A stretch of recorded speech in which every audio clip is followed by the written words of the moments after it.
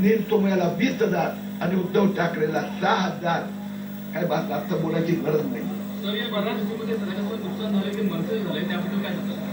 असे या निवडणुकीत राज ठाकरेचा मनसेचं समापन होत आहे.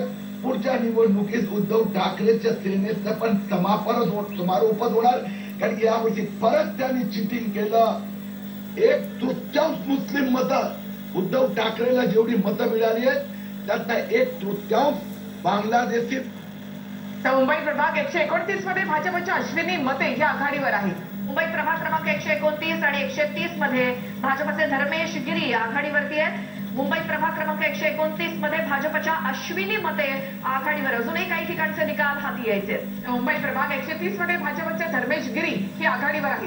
काही प्रभागाचे आता वॉर्डचे मतमोजणी जी आहे ती सुरू झालेली आहे, त्यामुळे निकाल जे आहे ते थोडेसे उशिरा येत आहेत. मात्र भाजप आणि शिंदे मुंबईमध्ये 127 जागांवर आघाडीवर. त्यामुळे हे काही आकडे दिसत आहेत ते अजूनही बदलण्याची शक्यता आहे. मुंबई प्रभाग क्रमांक 129 मध्ये भाजपच्या अश्विनी मते आघाडीवर असल्याची बातमी, तर 130 मध्ये भाजपचे धर्मेश गिरी हे देखील आघाडीवर. आकडेबंधू देखील मुंबईमध्ये 73 जागांवर आघाडीवर आहेत. यामध्ये काही विजयी उमेदवार देखील आहेत.